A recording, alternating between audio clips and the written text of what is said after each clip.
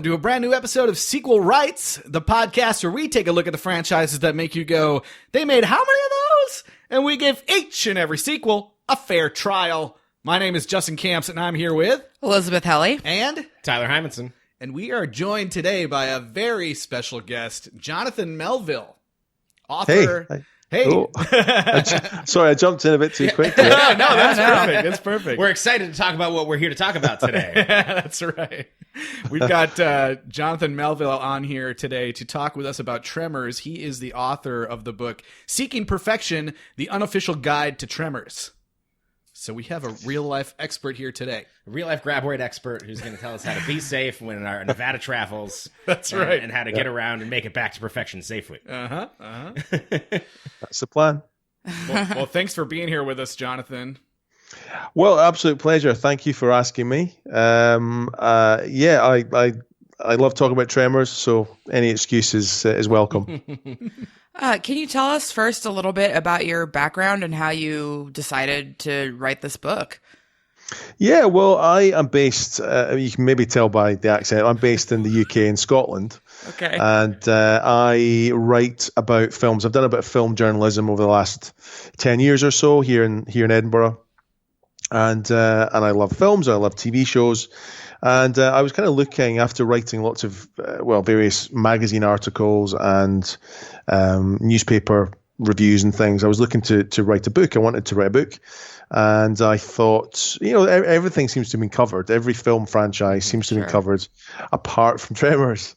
And I thought, how can I, let's combine those two things, my desire to write a book and love of Tremors. So that's kind of how it came together. So I started writing it. It started off as an article for a magazine here in the UK called SFX in 2011, which I think was the 21st anniversary of the film, original film. Mm-hmm. And for that, I interviewed Michael Gross, obviously Burt Gummer, and S.S. Wilson, who's one of the writers of the franchise. And anyway, I had lots of stuff left over, so I thought that could be expanded into a book. So, and then I managed to speak to another 50 or so people involved in the films and the TV series, and managed to get Mr. Bacon. Took me 2 years to get him, but I managed to speak to him, and he was lovely. He was really, really happy to speak about the film and why he wasn't involved in the sequels. And then he actually came to Edinburgh a couple of years ago, and I got to meet him in person and had a very brief chat to him. But yeah, so it's been a fun few years being involved with Tremors, and yeah, it's just a great film and a great franchise and a great TV series as well, I think. Okay. Yeah, absolutely. So I noticed your social media picture is Kevin Bacon holding the book. So is that when you were able to get the photo with him? Yeah. I had to get a photo taken of him holding the book, and I'd actually sent him a copy of the book to his agent when it came out, and I handed him another one here when I met him, and he said, "Hey, I've already got one of these, but hey, I'll take two." So he's now got two copies. That's awesome. Go ahead. I had a quick question. I'm curious when was your first interaction with the Tremors series? Like, when did you first see the movie? What brought your love of this franchise? Like, what about it made you want to do this deep dive into it? Yeah, well, I write in the book. I first saw Tremors on BBC One. Mm-hmm. I think it was around about 1994-ish, 93, 94. Mm-hmm. And I just remember it was a late night screening, probably at maybe 10 o'clock or something. And I just fell in love with it then. I was maybe a bit too young to see it at the cinema, or it just completely bypassed me. I think in 1990 I would have been 14, and so maybe I could have seen it, but anyway, it completely bypassed me there. And so yeah, saw it on the TV, and I just loved the small town, this idea of a small town, the characters, these great characters. Because everybody in it, okay, apart from Kevin and Fred, everyone's kind of a character actor, and I just think they all interact really well. They're the kind of guys that in most films are the ones that are in the background. A lot of these actors are the ones that maybe get a scene here and a scene there, whereas in this film they're all brought to the front and they have to save the day. Mm-hmm. And I really enjoyed that. And then just over the years, the sequels would appear, and I just wasn't, because no internet. at that time, who knew they were coming, and you would just go to the video store. I think for Tremors 2, I was in Canada visiting relatives, and we went to the Blockbuster, and Tremors 2 was there, so we hired that and had a great night. And then Tremors 3 appeared a few years later. So it was always a treat when a new Tremors film appeared. And a surprise as well. And that's kind of gone, I guess, these days. And in many ways, that's a good thing. It's gone these days with the internet, because you know years in advance when something's coming out. But no, I just kind of have this. It's just, again, that small town and the idea of being able to go back and revisit these characters once every few years and see what's happening to them. And there is something romantic that I do miss. Like, I agree, like, with the internet and knowing things beforehand is great, but there's something that that there's nostalgia that I feel for, like, prospecting at the Blockbuster, for, like, you're going through just trying to find these nuggets of gold of these movies that you love, because you're just going by the covers. Like, there's still covers that I remember from Blockbuster. Like, Dead Alive is one. Yeah. That's just like, I pass that every time in the horror section. And what an amazing feeling to be like, oh my God, there's a sequel to this movie I love. Yeah. Like, I didn't know this. What? I'm actually curious about for you. So I a little bit of background about me. This is Tyler speaking, by the way. I grew up in Nevada, so my backyard kind of looked like perfection. And so from coming across the pond there, like, how does the Americana factor, like that desert landscape, like, is there something that's more alluring to that, or makes it seem more alien, or because these characters are just so strong, they're just instantly recognizable no matter where they are? I think, I don't know. When I first discovered Tremors, I was actually living in the Highlands of Scotland. I was so a longish story, but I was born in Edinburgh, which is the capital of Scotland. But when I was 10, we moved to the Highlands. So the Highlands are quite, as you can maybe imagine, remote. And we lived in a village, and there were a few thousand people, but it was still a small kind of place. So I think there's maybe something in that whole small town thing that appealed to me. And but of course, yes, it was quite. Maybe exotic's not the word, but just, I guess, kind of alien. You said alien there, that whole, even that landscape, but just that whole different way of life. But no, again, it was just mainly those characters and that small town feel to it that really appealed. Yeah. Yeah. So I know you took a while to interview Kevin Bacon, and you said you started with Michael Gross, but were there any other interviews that really stood out to you as funny or exciting or something that you didn't expect, or what were some of your favorites? I managed to speak to Tony Gennaro, who plays Miguel in Tremors 1 and 3. And that was kind of an interesting one, because he just wasn't expecting this phone call. I think it was his agent had maybe passed me his number, and he just sort of said in an email, just call him up whenever at home. So I called him up. Thanks, agent. He was making a cup of coffee in his kitchen, and suddenly there's someone here talking about Tremors, which he'd not made. He'd obviously made. I think I spoke to him in maybe 2013 or 14. And Tremors was what, 1990, and Tremors 3 was another 6 or 7 or 8 years after that. So he'd never spoken about Tremors. In fact, Tremors or Tremors 3, nobody had ever interviewed him about them, which I found amazing. So he was just a really lovely guy, and he was really funny, and just talked about. He actually mentioned the TV series, because I brought that up, and he said if he'd known that he was going to be killed off in Tremors. So this is a spoiler. It's all right. That's okay. There's a bit of a spoiler, but he said if he'd known he was going to be killed off in Tremors 3, he would never have, and then there was going to be if he'd known there was going to be a TV series, he would never have agreed to be killed off, because he wanted to come back for the TV show. And then sadly he died not that long after. So I'm just so glad I got to speak to him. And another one, this is a little bit, it's not morbid exactly, but I think the ones that really stand out are the people that just aren't around anymore, and who I just managed to catch before they sadly passed away. One of them was Marcia Strassman, who is in the TV series and plays Nancy. And of course to you and to UK audiences, but I think to maybe US audiences of a certain age, Marcia was recognisable for comedies, and Welcome Back Kotter, and I think she was in MASH for some episodes, and she was kind of a well-known face. And by the point I spoke to her, again, maybe 2012-ish, 2013, her career had kind of plateaued a little bit, and she was not complaining, but she was talking about how at the age she was at, the roles just weren't coming to her, any great roles, and she was doing sort of TV movies of the week, and just found it really depressing that was where what she had to do now, and that was the way she was making money. And I think she'd had cancer at that point, but it kind of obviously must have just come back not long after I spoke to her. So I was really glad I got to speak to her, and she actually said to me at the end, call anytime. Call me back if you want to have a chat. And I didn't, and I wish I had done, because she was just so lovely. And she'd also worked with James Garner. I'm a big fan of the Rockford Files, and she'd been on the Rockford Files and was a big pal of James Garner and John Belushi, and just talked about how she and John Belushi went round to James Garner's house to fit what was it? Not Sega. What was before that? One of the early computers. And Garner had phoned up and said, "Can you come and fix this? Can you install this computer?"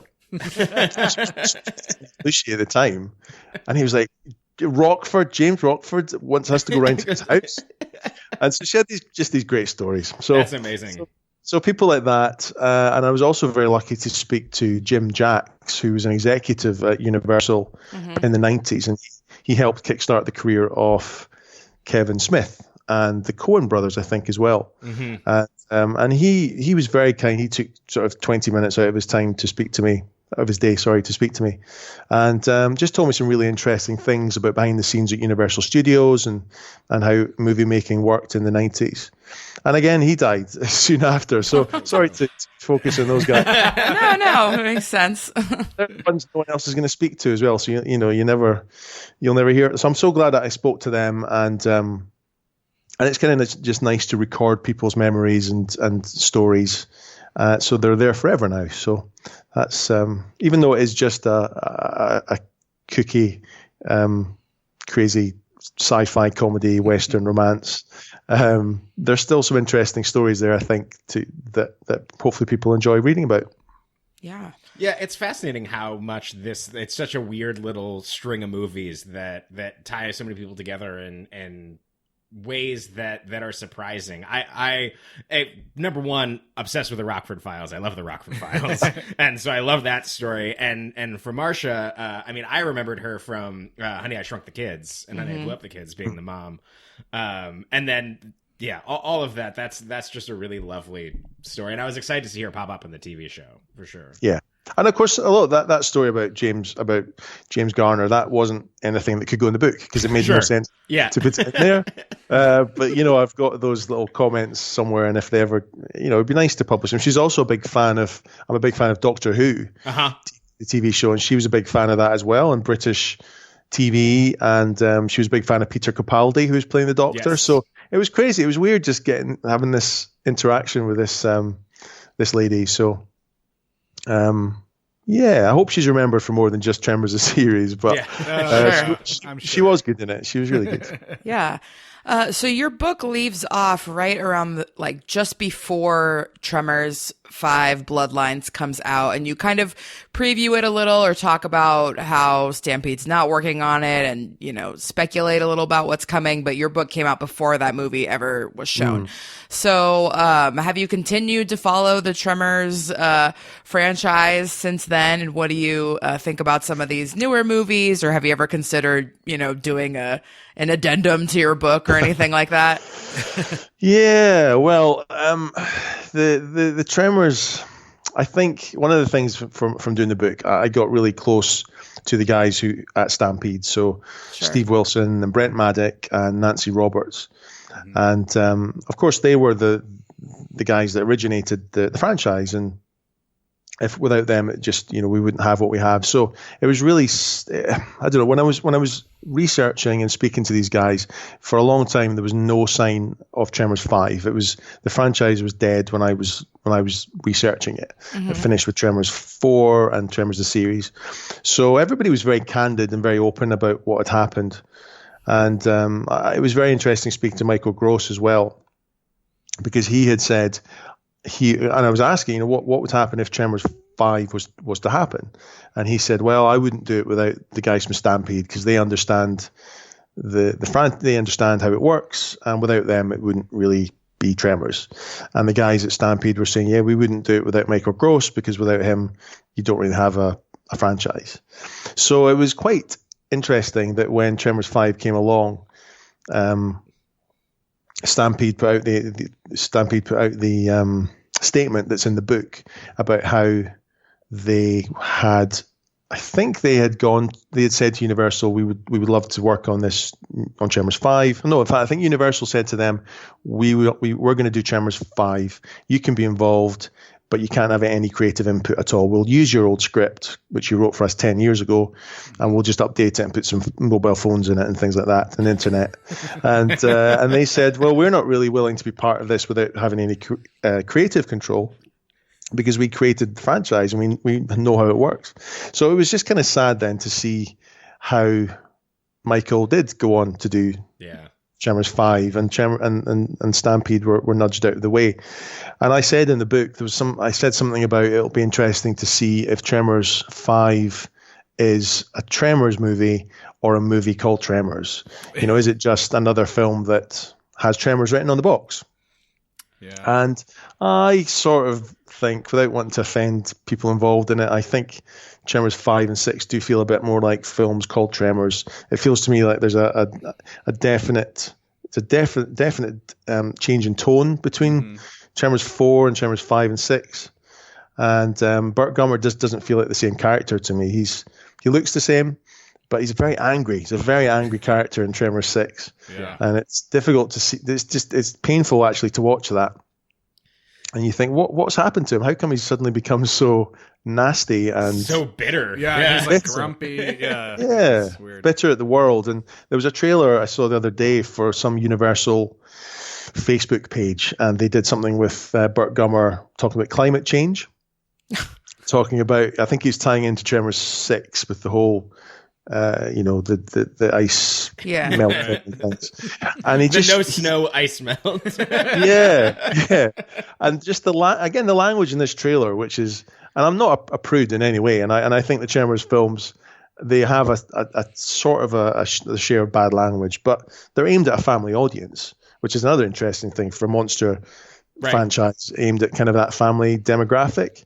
But now the swearing is off the chart in this trailer, which is on Facebook as well, which kids can be watching. And I just think is that really Burt Gummer? Is that where we are now? So I admittedly just haven't. I find it difficult to get much enthusiasm for the new films, and the idea of writing about them, I just don't think I could really. And I know as well that the guys at Stampede, certainly one or two of them, have just backed away now from it all, and just feel quite sad that their legacy has been tainted a bit, I think. And I think if I was doing the book now, I wouldn't get most of the interviews that I got back then, because people just view it differently, and it's like it's not our thing anymore. So there's kind of it's a bit sad, really, in a way. Sorry to bring the tone down a bit, but no, I completely agree. I think that there's something with Tremors 2 and Tremors 3 and all of the sequels leading up to the Netflix ones. They're made in earnest. They're actual continuations of the story. They're people that care about these characters, are trying to evolve these characters, trying to grow this world. And I think that adding, 5 and 6 with it kind of takes away the veracity of the former sequels, because they're not made in earnest, but you're like, oh yeah, there's like 6 of them. And I understand that's the premise of our podcast is that they just made a bunch of them. But we all here loved. They're some of the best sequels that we've talked about, because they are the same creative team. It's the Stampede guys. And it's really interesting to have that Michael Gross quote and to have him be like, oh, you guys got Jamie Kennedy? Like, great. Like, I'm going to, that changes my mind completely. Well, it's interesting too, because in our episode on, Tremor 6, one thing that we talked about a lot is that we were shocked that Burt points a gun at a man in the beginning of the movie. Yeah. And you have a quote or I think you discuss in your book how Michael Gross was particularly proud of the fact that Burt Gummer would never shoot a human being. Yeah. And so that really surprised me too. And I was surprised that you had that quote in there too. Yeah. And there's also a moment in Tremors 5 when Burt that were out in the sort of the desert, and Bert, I think it's an ass blaster flying through the air, and he shoots it, and it falls down and it kills somebody. Oh, It yeah. lands a flaming ass blaster, and he just doesn't do anything. Yeah. And off he goes. We talked about that too. It's Yeah. just like, what? Like, you just killed the dude. And it's like, if you're going to build up this, it's like any film franchise. If you're going to sort of bring the audience along with you and tell them this is the world that you're in, to suddenly change that really is really jarring, and it's a little bit insulting. I think, okay, again, it's only a film and it's only a film franchise, and they're just kooky little films. But yeah, on the other hand, we're fans and we're invested in it, and they've just gone and changed almost the premise and just the character. So it's really odd. I don't quite understand why they're doing that, but. I think that, like, something that I picked up on the pilot of the Tremors TV show, like, which we can get, we'll start getting into. But Tyler, the character, says that, like, you could get into, survival school or doing something like that. And then in 5, they take that, and I think what they do is that they find, they're like, oh, this is a comedy. This is supposed to be funny. So they steal that idea that was from the Stampede guys and then execute it in the most cynical way possible. Mm-hmm. It's like, oh, it's funny. So, like, let's make him the joke. And it's not necessarily what that is. Yes, it's not that the idea isn't true to the series or true to the character, but they don't understand that the humor comes from the situation and the absurdity, and not that these are sad losers who live in some isolated town. Yeah, absolutely. And yeah, because if you just focus on them being sad losers, then why would anyone watch it? Who wants to watch? Who wants to watch that? It's strange. Yeah. So, yeah, I mean, switching gears a little bit to the TV show, because we haven't talked about it yet really on our podcast. I know you have 2 whole chapters in your book about the show. So, we can talk about, this is a sci-fi TV show. There's 13 episodes. But 2003, yeah. But the whole production was kind of fraught with lots of disagreement between the network and the Stampede guys and the other creatives that were there, and then towards the end they have a big dispute with the home video division of Universal, even though Sci-Fi is part of Universal. This whole thing that leads to Michael Gross not being in the last couple of episodes. So I don't know can you talk about the background of the show a little bit? Yeah, well, the show came about, they'd finished doing Tremors 3 in around about 2001. And I think it was in late 2001 that came out on DVD. And so at that point, they were still waiting to crunch all the numbers and work out if it had been a success. And I think that's when Sci-Fi Channel... So actually, going back a little bit, originally the Stampede had pitched the idea of doing a TV series years before, during Tremors 2, I think, or just after Tremors 2, or around about Tremors 2 anyway, which is 1996, I think that one was. I should know that, but my memory's going a little bit. But it's all right. Anyway, it's all right. Yeah, so in the mid 90s anyway, they tried to pitch this idea of Val and Earl, so Kevin Bacon and Fred Ward going off and chasing monsters around America. And so they pitched that idea, I think, to Universal, and they had in the book I sort of outlined some of the plots, and it's also, I think, on the Stampede website, maybe. But anyway, it's out there what they were planning, and Bert, I think, would have made a couple of appearances. But anyway, that didn't happen, of course. So fast forward another 5 or 6 years, and Sci-Fi Channel, which I think was owned by NBC Universal, came to the Stampede guys and said, we want to make a TV series, and because of course they couldn't yet make that Tremors 4, they just said, okay, let's go for it, let's do that. And so, but I think quite early on, they made Steve Wilson and Brent Maddock executive producers. Which, as they say in the book, I think it's Steve says, that means they had writers because they would be the kind of head writers on it. And then they started trying to bring other writers into it.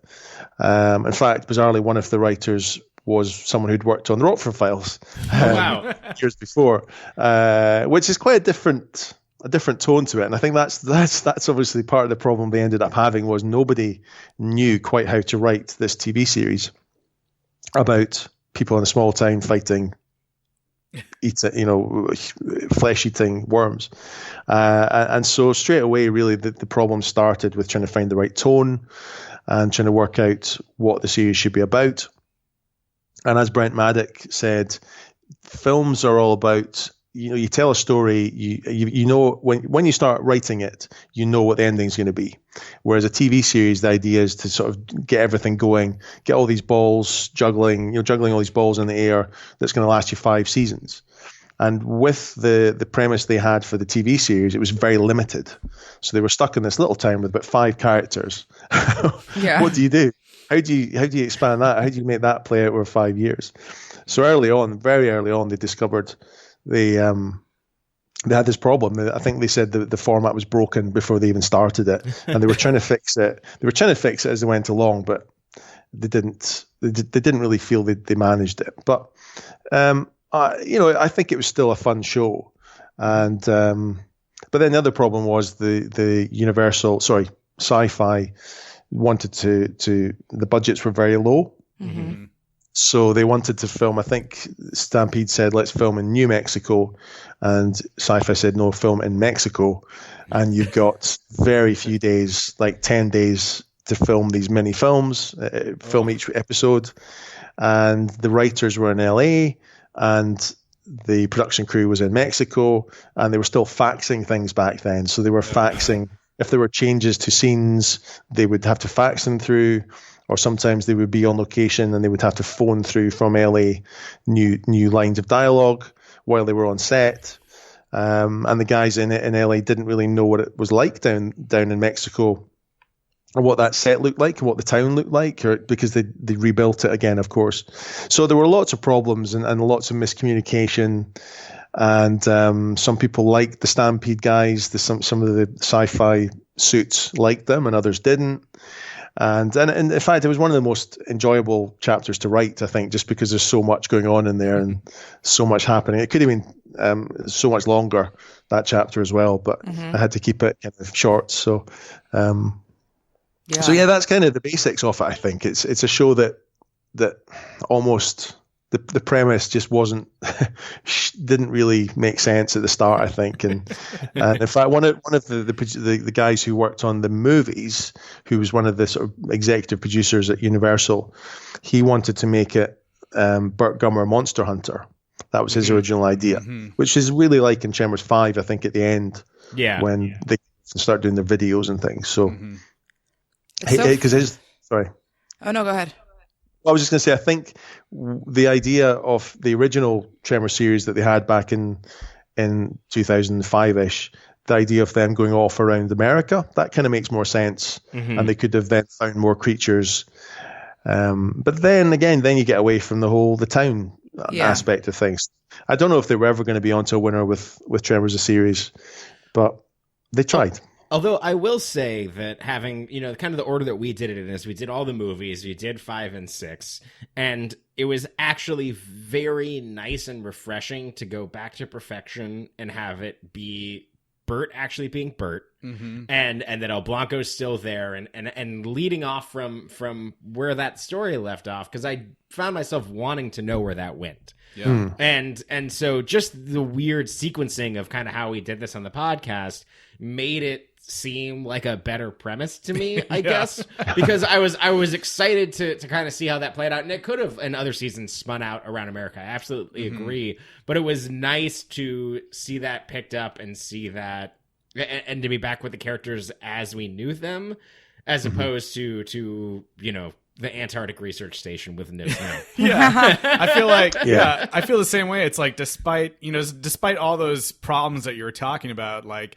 Tyler and I only watched the first episode, but it really has to me that the charm that the even in this like 45-minute episode, it has that charm that the 5 and 6 sequels are missing, and it's just a fun thing to see what would have come maybe after. We talked about on our own episode, Tremors 4, which is a prequel, what would have been maybe like the Stampede Tremors 5? Or Right. This is like Tremors 3. And I will say about the TV show is that like every one of these sequels has been the effort to replace Kevin Bacon in terms of it's like you're up, like whoever's there. And I feel like the TV show, at least at the end of the pilot, I didn't hate this guy, and like I wanted to see more of him in that role. You didn't hate Tyler Reed? I did. The namesake helps, okay? And the art department did a good job of having the actual Las Vegas minor league baseball team as his hat. Oh, yeah, that's cool. Anytime that one of the characters in these movies we're talking about is named Tyler, I get endless joy. Because he's always like a bro. Or something. Yeah, he's always such a bro. But no, I think that I wanted to see how these characters played out, and it is funny that there's only ever 5 people in this town. Yeah. Mm-hmm. Yeah. I mean, let's talk a little bit more about the pilot. And like Justin said, him and Tyler only watched the first episode. And so after we talk about the pilot, I'm going to see if they can guess some of the stuff that comes later in the season. So don't get into spoilers. Particularly, don't tell them who the future guest stars are. Oh. But Okay. let's talk about the pilot, what you guys thought about it, and some of the main cast, some of the people that have been recast and whatnot. Yeah, so we're like Tremors 3, we are back to perfection. That's right. In the modern day. And They ran it through the final draft filter where it replaces just modernize, and all pagers and beepers are turned to cell phone. Yeah, we open on another cool dude coming into the city, and I hated this song at the start of that. Yeah, it's a bad song. I thought the lyrics were so funny. It's like the most like polite rock song. It's like, I reserve the right. Pardon me, I would please like to rock. We got the permit for the party tonight. Yeah. It's gonna end promptly at 10 p.m. If we get a complaint, we'll turn it down a bit. Because I reserved my right to rock. That's hilarious. I thought that was really funny. But yeah, so we're introduced to Tyler, and he's like coming into town, taking a photo in front of the Perfection entry Wildlife sign. Info sign. And then we get like kind of a cool death scene for this like random dude out running around. We see him get like dragged through the sand, which I thought looked really cool. There's like a cool like low angle shot of like attached to him as he's being dragged. It works really, really well. Yeah. And there's a similar shot in the motorcycle movie Torque, which is the first time I've seen something like that, and I'm embarrassed to admit that. And we get El Blanco eating another car. Yeah. Yeah. Graboids love cars. Pretty fun. Yeah, Which is a nice throwback to the first movie, isn't it? With the Exactly. the car being pulled under, yeah. Which I thought, like for this TV series, I thought was a pretty good effect. Like both those things. I didn't know the details of the production, and knowing that it was Mexico, and it was so, and then it kind of like as you were talking about it, I was like, oh yeah, it's like it's TV in 2003. It's like it's not prestige, it's sci-fi. Yeah. And under all those constraints, I think this pilot looks great. I think this pilot looks very, very good given what they were working with of 10 days. So they shot the pilot in 10 days or maybe a little bit longer because it was the pilot, but they're faxing back and forth. It's remote production. Sounds nightmarish. Yeah. There's a lot of dust. Yeah. There's a lot of dust. Yeah, there's a great line in there. I'm just having a look at what I put in the book, and it's just there's a great line. It talks about how Burt was profiled on 60 Minutes. And this is a thing that runs through the series, I think, is him everyone thinks he's a bit crazy. And he makes a comment, he says, made me look like I was some kind of antisocial paramilitary paranoid. Yeah. And you're like, well, yeah, that's what you are. But there's some great, and that's one of the great things, isn't it? They just make fun out of Burt. They make fun of him, but they don't make him an idiot, I don't think. Yeah, They managed to avoid that. I think the balance with Bert is that he thinks he's the only sane person on the planet. And he's building the bunker because he's going to survive, but he will invite anybody who's willing to come in there. Like, he's not he's not angry, he's not bitter. He's like, you guys will be sorry. Like, I'm prepared. But if you believe me, I'm more than willing to help you out. He's not trying to, like, we get introduced later in the episode to Dean Norris's character, Twitchell. And, like, the Burt Gummer in Tremors 6 would maybe be trying to kill that dude. The Burt Gummer in this one is just like, whatever. Like, he's just pressing it. Like, they have a friendly adversary. Yeah, exactly. Yeah. They're just joking around with him. He's like hanging out in the market with everybody. Yeah. Yeah, he really, then through the rest of the season, like the character, they really find a way to all kind of like try and coexist, like in a weird way. But it's funny because you mentioned the eating of the car. There's a scene like in a later episode where there's something and they're saying, oh, graboids don't eat wood. And Dean Norris is like, are you kidding me? Wait, wood is where they draw the line? Like, they eat cars, they eat people, they eat animals, like dirt, but not wood? Like, what the hell? Like, that's just like, he occasionally has like an audience surrogate type line here and there. Nice. Which is pretty funny. So then Perfection is actually BlackRock and they just build a bunch of wicker men to live in, and that's how Burning Man starts. I guess so. But, so yeah, we've talked a little bit already about Victor Brown, who plays Tyler. So Action Jack has exited. Yes. And Tyler bought the tour Vegas. business. But he does get name service. He does, yes. And they never repaint the truck either. It's always says Action Jack's Graboid Tour or whatever. And this actor actually, I think, is really good throughout this series. And the relationship between him and Bert really becomes like a father-son partners type thing that, like, I think kind of is what the Jamie Kennedy thing could have been if it was like more heartfelt and not so weird. Yeah.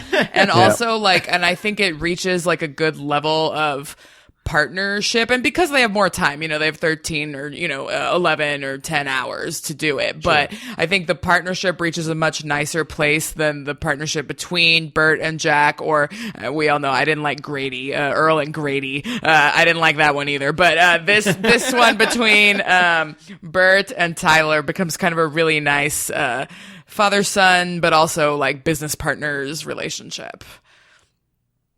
No, I'd agree. Yeah, I think Victor Brown is great in the series, and he's just a likable guy, unlike Jamie Kennedy's character, who you just don't like straight away. Like, why would anyone work with this guy? It's weird. Yeah.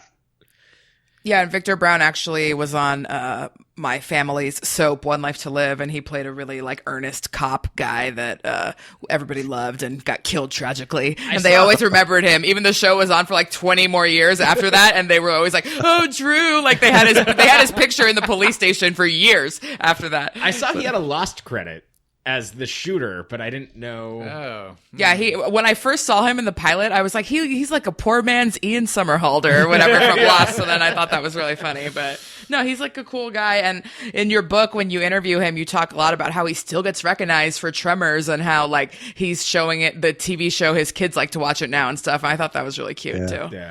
Yeah. He's happy to still talk about it. He was really nice guy. Yeah. And then Jodie and Nancy have both been recasted because those actresses were not available for whatever various reasons. Like we already talked about Nancy, who was the mom from Honey, I Shrunk the Kids, and that actress. And in your book, you talk about how she approached the character a lot differently than Charlotte Stewart had before. Yeah, because Charlotte Stewart was that kind of Earth mother, wasn't she? The sort of hippie type character, whereas this Nancy, I think, is in jeans and a t-shirt a few times, and it's just that little bit cooler, I suppose, a bit more modern, a bit more city, almost city woman. She designs action figures for Bert. Yeah. Which I thought was really fun. Yeah. Yeah, she goes on to make lots of stuff for the store, Graboid merchandise. Which I want to own. I want to own all that stuff. But... absolutely. Oh my god! I want the grab. We've often said that we need the Graboids pinball machine. Yeah, the arcade cabinet. Yes, we'd love to play that. Definitely. Okay, so let me see if you guys can guess what happens later in the series. So some of these things are actually, real. Can Yeah. I just say, just Yeah. briefly, I thought it was great having Robert Jane back as Melvin. Yeah, it was great to see Melvin come back. Yeah, just when you thought he So, was done, just a shout out for him. he's still there. Yeah. Yeah, it's funny. I was reading again on the Stampede website. Some people are like, "Why did you recast Melvin?" And they're like, "What? We didn't. He just changed his stage name. Like, it's obviously the same guy." And one of the lines that Marsha has where she's just like, yeah, like how many other like tacky tract homes and strip malls do we need is something I very much felt growing up in Las Vegas at this time, because that's all it is in Nevada, is just like this just paved over nonsense. So that kind of like that anti-suburban crawl thing was something I was like, like I thought it was fun too. We're having Jonathan Melville on the podcast today, and there's a line towards the end of the episode where Bert is like, "Oh yeah, well, before you know it, we're going to be living in downtown Melville, USA." And I was like, "Oh, I know, my that's God. it's weird, isn't it? Yeah." That's another weird thing. I thought that was so funny. I mean, obviously that was before you were writing the book and everything. But I was like, Yeah. That's a nice Melville little coincidence. yeah. Okay, so I have some things, and most of them are real, but there's one fake one in each bunch. So try to figure out which one is fake. All right, here we go. Okay, I'm so ready. which of these things does not happen in a future episode? okay. Bert and Tyler team up with a minor league baseball team to use Civil War era rifles to shoot off a group of shriekers. I want that to be true so bad. Or we have Melvin tries to build a lagoon with a fountain show similar to Disney's World of Color, in my mind. Bert starts online dating, and it turns out that the woman he's been talking to is actually Nancy the whole time. Oh, Or my God. Wait, the town. is that- Oh, you're doing. I'm reading you four, and Four? one Okay, is okay. fake. Okay. Or the town is overrun by activists protesting for graboid rights. Oh, do we have to come to a unanimous? I think we have to discuss, and we have to boy. lock Just in our try answer. to, guess we have which to one's discuss fake. and lock in our answer here. I wanna say that I feel online like I dating. feel like that the baseball team and civil rights. If Eliz was smart, that's just catnip for me, and she thinks I'm going to go straight for that one. I mean, that's crazy that you called out the minor league team thing. But maybe they put that in there because there was going to be that episode later. Maybe. I was upset when they changed the team name. The team name used to be the Stars, and then they changed to the 51s. And the logo is like a gray alien, but their actual mascot is just like a gray Jar Jar Binks. That's some fun Las Vegas baseball talk. Okay, come on. Do I have to sing the Jeopardy song? Let's get I'm going to vote for the online dating one. I feel like that's probably a plot point, but I'll lock in with you. Okay. You guys got it right. It's too early for online dating. That's what I thought. I was Well like, done. no, they're not online dating Jonathan, yet. do you want to tell them the real definition of why I chose that one? Yeah, well, no, you're absolutely right. But they did plan for series. Had there been a season 2, that would have been one of the plot lines. Yep. So it was almost true. Yeah. But all the other ones were real. That's amazing. That's amazing. All right. So I guess we need to watch that episode with the Civil War. Civil War rifles. Yeah. So later on in the series, they discover that there's been a secret underground lab with government experiments beneath the mountains. Desmond in there. I wish Desmond was in there. And so eventually they reveal the fact that there's this compound called Mixmaster that allows DNA from different species to bind together. Is still down there. DJ Mixmaster. And so various creatures come up and the residents have to fight these various creatures. Okay. So which one of these is fake? And which of them are real? Oh, no. So is there a carnivorous swarm of bugs? Okay. Is there chameleon snakes that multiply when you chop them in half? Okay. Is That sounds there They get 2 powers? That's not is fair. there plants that explode out burning acid that melts your skin off? Oh, God. Or is there a ghost-like cloud of gas that sucks life out of you until you're mummified? Or it sucks the hydration and the life out of you till you're a Gas mummy. sounds cheap, so I think that's. I was gonna say, what sounds like the most expensive thing, and then that's. Not I think happening. it's a chameleon snake sounds. The chameleon snake sounds expensive. Sounds tough, yeah. Damn, I'm not good at this because I was right. That's why I was like, they can't have two. There powers really or is. something. Well, I mean, the carnivorous bugs were like they had the powers of maggots, cicadas, and termites. Dang. Yeah, Because someone wanted a biblical plague. Because that's. yeah. Making the chameleon snakes would have been hard. Yeah. I think. I was just trying to think of another weird Yeah. mashup, but yeah, there actually was a cloud of gas that everybody thought was a ghost that would just suck the hydration out of you. That sounds amazing. All right, and finally, guest stars. Okay, so which one of these was not a guest star in the upcoming episode? Was it Richard Reel, the Jump to Conclusions Matt guy from Office Space? Uh-huh. Is it Michael Rooker, Yondu? Yeah. Christopher Lloyd, Doc Brown? Melinda Clark, Julie Cooper from the OC? Michael Harney, the guard from Orange is the New Black, the fatter white guy? Or Vivica A. Fox? Wait, are we guessing who is on it or who is not on it? Which one of these was not on it? Oh, which one of these was not? Oh, man. This is hard because this show has some pedigree. I mean, there's a lot of people that were in a lot of things that are good. I have to say that I have seen on the Wikipedia one of those people. Oh, okay. So I won't say one of them. But the other ones I have no idea. I feel like Vivica A. Fox is probably a good guess. That'd probably be my guess too. Yeah. It was a trick question. They were all on it. Damn. Okay. I was like, I had seen Christopher Lloyd was in one. Okay, of the but episodes. which three do you think get eaten or killed by graboids? Or Michael sugar? Rooker definitely gets killed. Michael Rooker gets eaten by El Blanco. Yeah. Christopher Lloyd. Christopher Lloyd survives. Dang it. And he is amazing. He's in multiple episodes.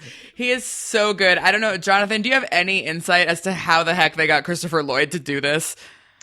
No, I couldn't get an interview with Christopher Lloyd, but no, I think, I mean, according to to Tony Gennaro, people really wanted to be in this series because it was Tremors and it was just so well known in the industry. So I think they must have just gone to his agent and he said yes. So it's not a very exciting story, but That's awesome. yeah, he was brilliant in it though. He's so good. And he's Doc Brown-esque, but he's not like the same as Doc Brown either. Like he definitely plays it a little bit differently. Yeah.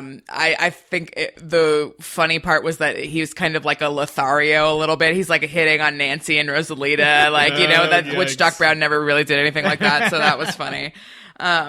But yeah, and there's also some really sad stuff in there, isn't there? In one of the episodes that he's in, there's a, I won't spoil it, but there's some, they play some really sad things to do with one of his, what would you call it? His experiments, I suppose. creatures, yeah. Yeah, it's well worth watching. Sweet. Oh, wow. Yeah. So that was all the ones that I had. I did want to say though that Leela Lee, who plays Jody, she actually has a company and she designed like my favorite purse from high school, and I brought it with me because she has this brand called Angry Asian Girls, and I bought this purse like years ago, like 20 years ago, and I still have it. It's a little Asian angry girl that looks like me setting a generic white boy on fire in a campfire, and it says "Love is friendship set on fire." It's like one of my favorite purses of all time. We won't go into why, but you know. that list of people who appear in those episodes is incredible, and I think it kind of it comes back to what we were talking about in the beginning of like the background people in Perfection are not background people. It's the character actors really giving the full range of being characters, and I think that's as much as Tremors being a big deal. I think that there's a magnet for that type of actor, and like the fact that Michael Rooker was on the show is not surprising to me at all. Yep. Christopher Lloyd, like it kind of has it's this weird niche that gives a spotlight to these lovable weirdos that are every time my favorite characters in movies, and these movies just happen to be full of them. It's just every character. Yeah. And just going on with a couple of the themes from the show later on that I just want to mention, like I thought it was really nice how there's some episodes where they kind of like actually deal with the aftermath of the fact that people keep dying due to these creatures. Like they actually of all things, the ass blaster that Nancy and Mindy sold to Sigmund and Ray, that one escapes and comes back and kills people. Oh, dang. And Nancy actually deals with feelings of like, this is my fault. Like, I sold this thing and now it's out in the loose killing people, and this is, you know, That's like, she actually has to deal with that, which is interesting. It actually deals a lot with the economy of perfection and how it ebbs and flows, and if people don't come to the town, like, they can't live, they can't stay Right. there, like they Right. have to run these businesses, which is really interesting. And later on, there's this dude, Larry, who comes to take Bert's tour and then ends up moving to the town. And he's like a fanboy, you know, he's really funny. And I think he also had a lot of like good elements that they sort of use in the Jamie Kennedy character, but like in a nicer, more earnest way. Whereas Right, this right. guy started out as annoying, but actually was then became really charming and like heartfelt as he built a relationship with people in the town. And then also another my favorite thing was they actually did a long extended sequence parodying the Forrest Gump feather, like flying through the air. Like, Yeah. it's like spores from that exploding plant. Like they destroy all of them. And then at the end of the episode, you see there's like one spore still flying through the air. And you're like, That's oh no, they hilarious. missed one. And it's like floating and it falls on the ground. And then Bert just steps on it and he's like, not today, or something like that, you know, like, and he gets the last one. But I was like, are they really doing like the scene from Forrest Gump right now? incredible. It was so funny. That's But yeah, I don't awesome. know, Jonathan, what did you think about how the rest of the show went on from there and how it kind of reflects on the rest of the series? Yeah, I enjoy most of the episodes for various reasons. You know, I don't think there's any of them that I hate or dislike, and it is really strong. Although I was talking about the kind of negatives earlier about what the creators were saying about what it was like working on it. As a viewer, it's a fun show, and I think it is a shame that it was shown out of order. Right. So the Yeah. idea is sci-fi just decided to show it in its own order. And if they'd done it in the right order, I think they were trying to do something quite clever by, in the first episode, having the Graboid, and in the second episode, I think, was the Shrieker. Was it that? I think it was the Shriekers in the second episode. Yeah. The third episode would have been the Ass Blasters. So you're kind of introducing to new viewers these creatures that have been in the franchise.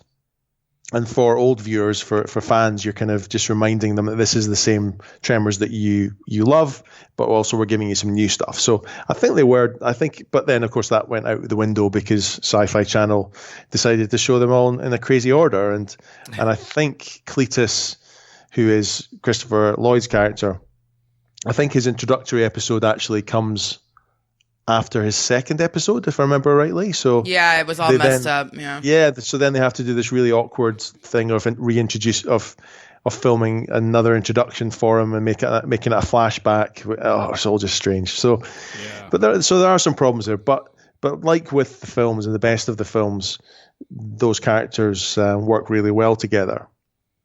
And it was interesting as well how they set up the Rosalita character and her, what was happening with her and her as Miguel's niece, I think she was. And Yeah. kind of there was a mysterious background going on there, and so Yeah, I gotta say, I found that character to be really inconsistent, though. Like, some episodes she'd be like smart and streetwise, and other episodes she would just be like so dumb and useless and screaming. And there's one, and you talk about it in your book, how it's an infamous scene where she hides from the Shriekers by jumping in a water tank. And when she comes out, she's wearing a tiny white crop top with no bra, and she's basically naked for like 5 minutes while she's trying to tell everybody in the market what happened. And you could see everything, like Yeah. everything. I was like, how did they even show this on TV? Oh my God. Yeah, but I don't think that I just can't see SS Wilson like doing that all on his own. But after speaking to him about For treatment of whatever women, reason, that is the first image that shows up on IMDb. When Yeah. you look it up. yeah. So which I think she felt a bit uncomfortable about that at the time. yeah, of Which I course, think who is- wouldn't? Yeah.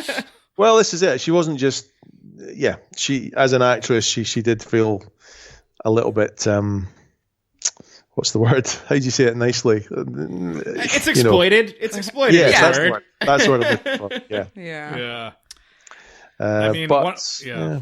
But I think that kind of gets through a little bit of the sci-fi meddling, a little bit of it's you get all these ideas, and I think the Stampede guys, really have earnest love for these characters, and when you see them in 5 and 6, they take these same ideas, and they're straight lifts. It's highway robbery. Like, they take the ideas from the show, take them, and then they're almost like this dark universe version of them, where like they're the most cynical, like they just suck all of the levity and good intentions out of them. And I think that's kind of, again, and we talked to the director about this as well, where it's just when it gets away from these small town character actors, everyone kind of like the strong individualism that comes from these movies, and it kind of gets put through something else. It's something lost. Like, I think to make a Tremors movie, it's like protecting something incredibly precious, even though that there's loud stuff happening and there's action movie things. Like, the core of it is something that is lighthearted and honest and fun, and kind of like a community that's hard to get away from when you're just bringing all the elements. Like, that doesn't make the Tremors movie isn't graboids or perfection. It's the sum of the total parts when they hang together correctly. Yeah.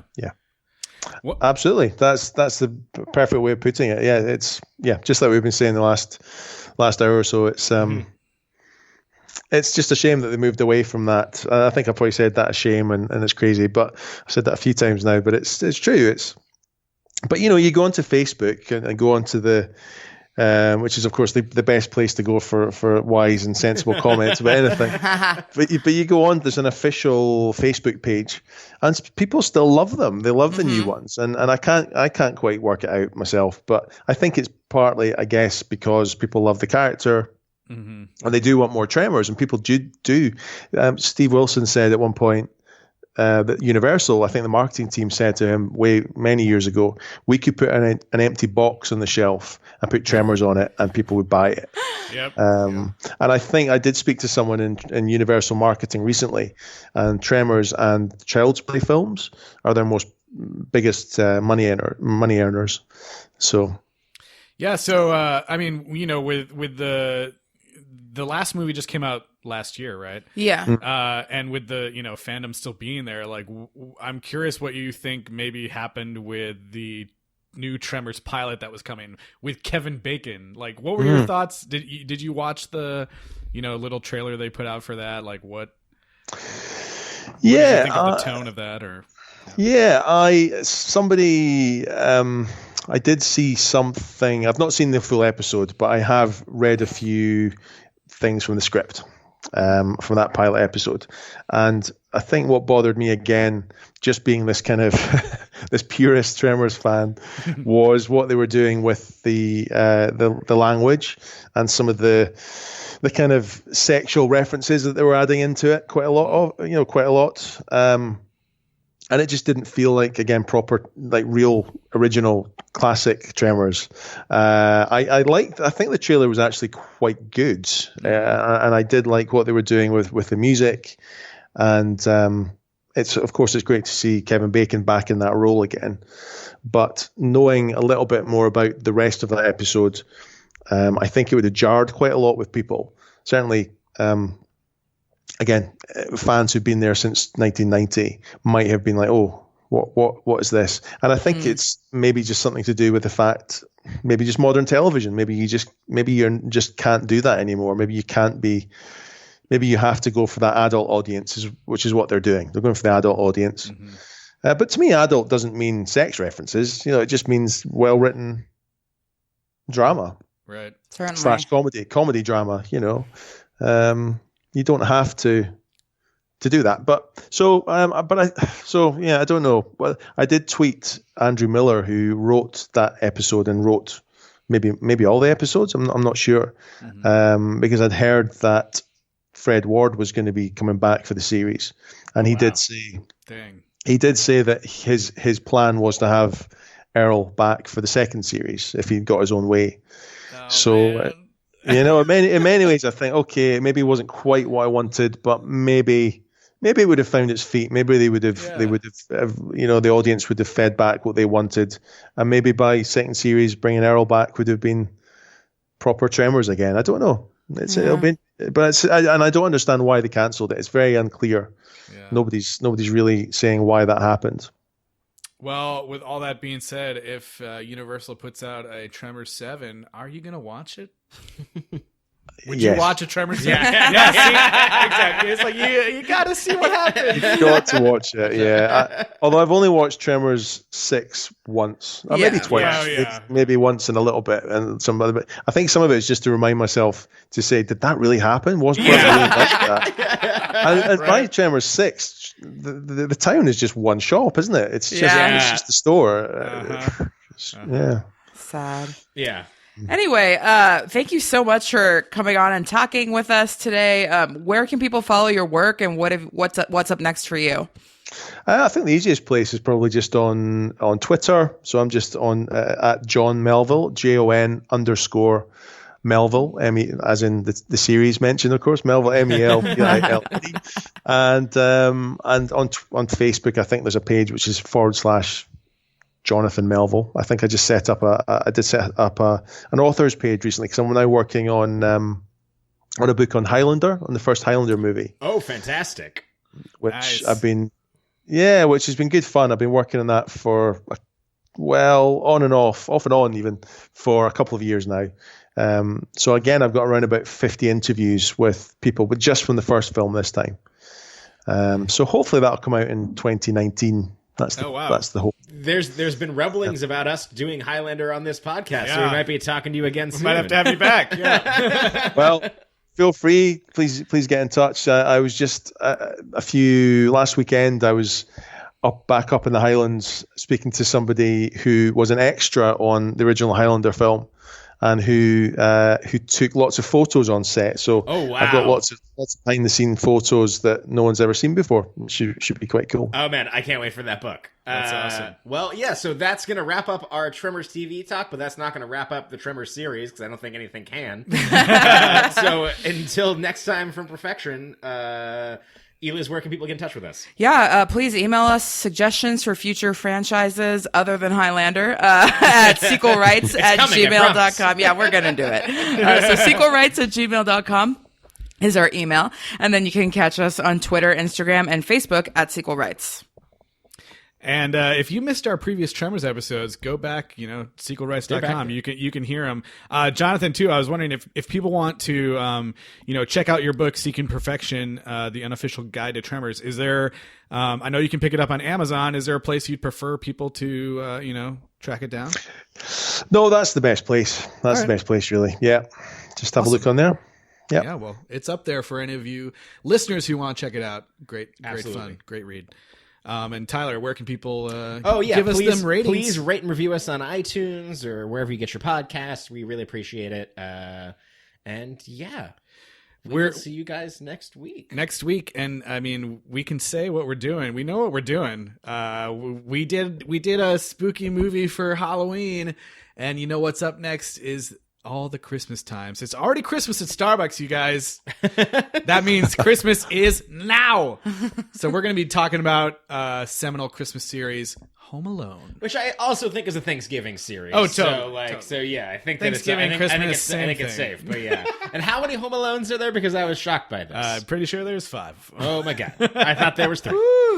Wow. So that's that's what we have coming up, Jonathan. Yeah. I'll be listening. Thank you so much. Yeah, we just have our eyes forward to the Highlander at the end of the tunnel. Yeah, right. Yeah, thank you so much. Thank you so much for being on. This was fantastic, and I guess we'll see everybody next week. Bye. Bye. Bye. Last night I got loose and the goose got hot. I got tacky, drink all they had, broke all the rules, blew my cool like a wacky. Acting like a wild man running on the loose, out of control and species. Don't tell me what I ought not to do. I reserve the right to get crazy. I reserve that